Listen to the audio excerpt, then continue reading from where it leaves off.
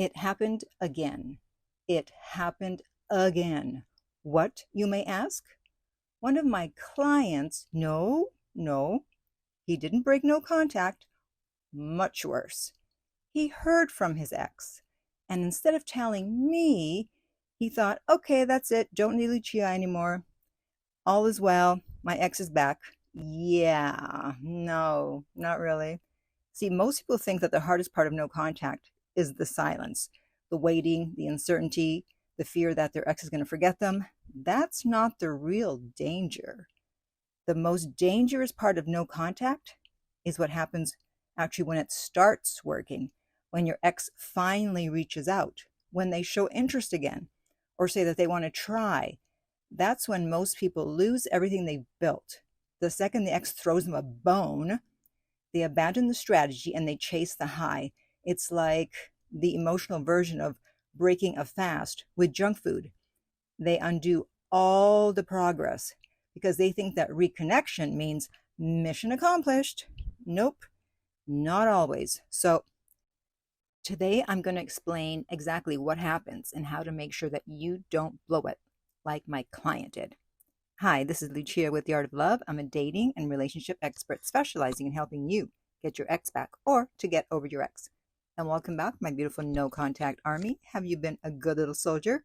Well, if you have, then you've downloaded my app Silencio, which will help you to stay in no contact. And the link for that is underneath every single video and podcast.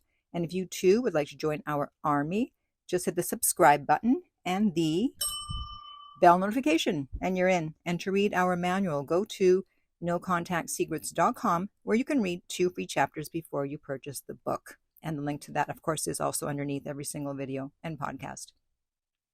So when you're in no contact, what you're doing is actually emotional rehab. You're detoxing from the relationship, you're regulating your nervous system, you're rebuilding your self-respect, you're licking your wounds. So slowly you start to feel like yourself again, and your power comes back, your peace comes back. And then, the moment your ex shows interest again, that strength is going to get tested. You're thinking, finally, it worked. You feel relief, you're excited, you're hopeful. But here's the thing. When your ex comes back, or you hear from them, it's not the finish line.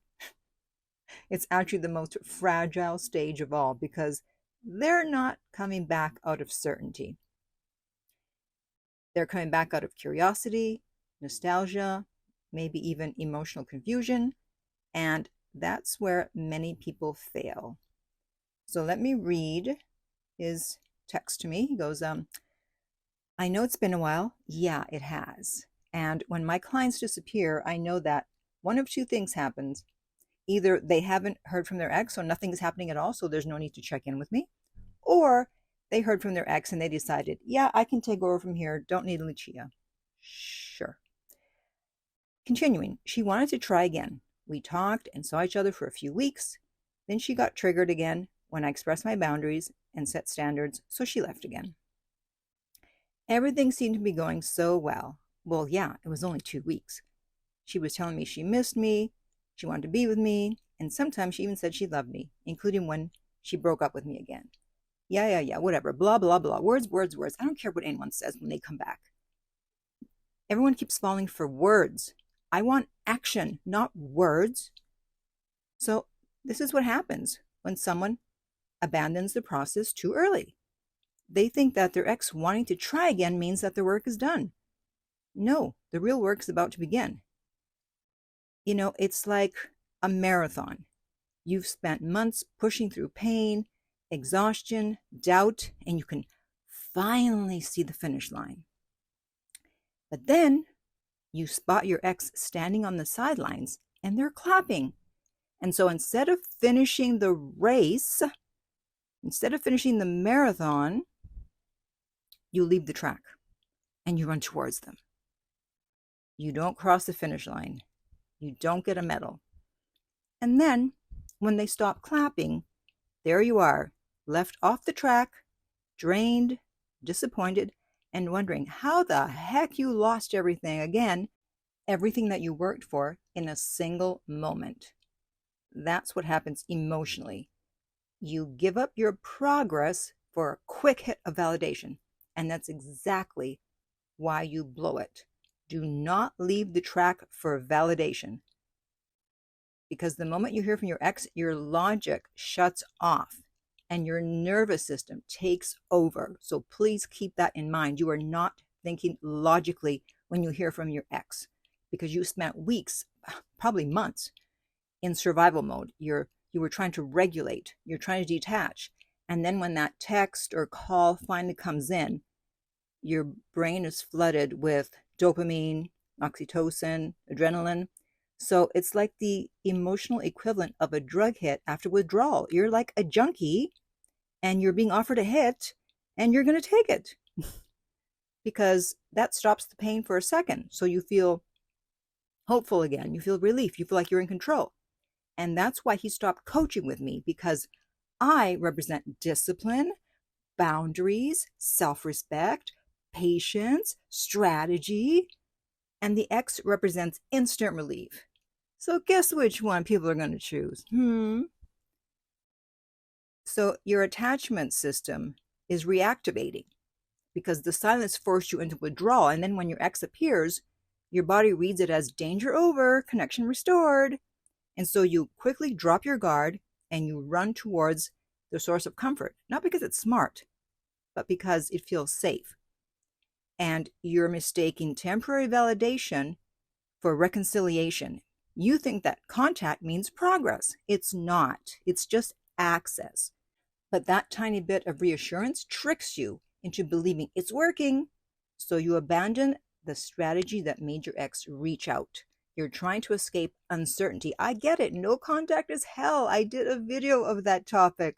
So I'll put the link in the upper right-hand corner on YouTube.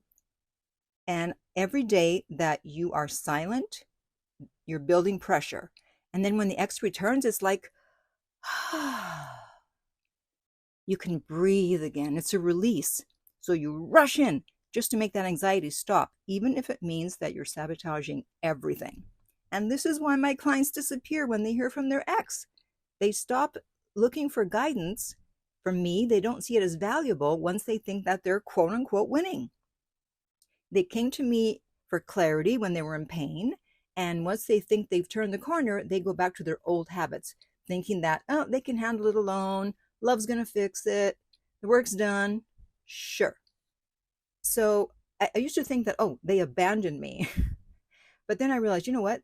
They didn't abandon me. They abandoned themselves. They traded long-term transformation for short-term comfort. And how does that work out? So then when it collapses again, when the ex pulls away or the same issues resurface, as did in this situation, they come back and now they're more humble and they're ready to listen. So for the love of God, if you're a current or future client, do yourself a favor. And when you hear from your ex, don't think, I don't need Lucia anymore. If anything, this is the most crucial part of getting your ex back. You need me more than ever. No contact isn't a trick to get someone back. It's a reset button. But if you reset and then immediately run the same program, you're just going to end up right back where you started. And now the person is even worse off because the ex has learned, I can leave and come back because they'll still be there. And every failed reunion makes the next one harder. I mean, how many chances do you think you're going to get your ex back? You don't have an unlimited number of chances. That's why it's imperative that you handle things correctly when you hear from your ex and they seem to want to reconcile.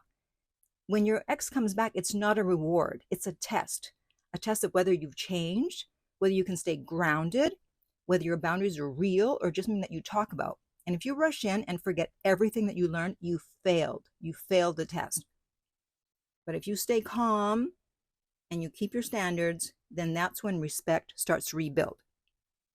This is why I have the 6 questions to ask your ex when they want you back video. And I will put that link in the upper right-hand corner. And I'm willing to bet everything I have that he did not ask those 6 questions. People are afraid to ask them because they're afraid that they're going to push their ex away again. But if they're sincere about coming back and making things work, yeah, you can't push them away. It's the opposite. If you don't ask those questions, there's a good chance that they'll go away again because you're taking them back, no questions asked. So you teach them they can behave any way they want, and you'll take them back in a heartbeat. And that is not the message you want to be sending out. And also, people are afraid to ask those questions because they don't know how the ex is going to react to those questions. And guess what? If they have a bad reaction, if they get frustrated that you're even asking, that's a red flag. That's another reason for the 6 questions, not just so you can get great answers, but to see how they even handle being asked those questions. And it's like, imagine that you have an interview for a job you really want. If you really want that job, you are going to answer those questions to the best of your ability. You want to give the best answers because you really want the job. And it's the same thing here. If they really want to come back, they are going to give you great answers, and they don't mind how many questions you have.